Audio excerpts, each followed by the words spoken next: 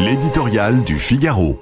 L'or du Rhin par Patrick Saint-Paul. Frappé depuis 3 ans par la malédiction Olaf Scholz, l'Allemagne voit étinceler l'or dans les profondeurs du Rhin, sans aller jusqu'à vouloir dominer le monde comme le promet l'opéra de Wagner. Nos voisins, merci à eux, espèrent au moins retrouver leur rang grâce à l'élu rhénan Friedrich Merz, dont tous les sondages prédisent la victoire. Le chancelier social-démocrate sortant a paralysé le pays.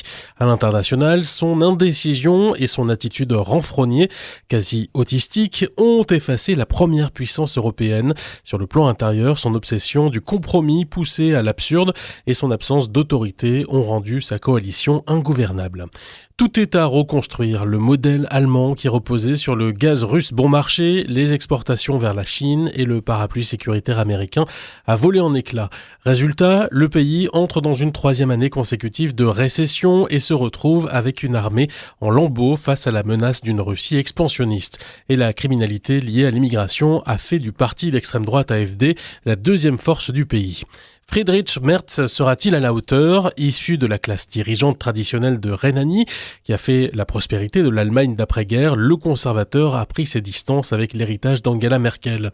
Il est ferme sur l'immigration illégale, plus souple sur l'orthodoxie des finances et n'est pas idéologiquement hostile au nucléaire. Francophile, il a fait de la relance du tandem franco-allemand, sans lequel l'Europe fonctionne au ralenti, une priorité, et il s'est engagé à combattre de façon décisive le millefeuille administratif allemand et bruxellois.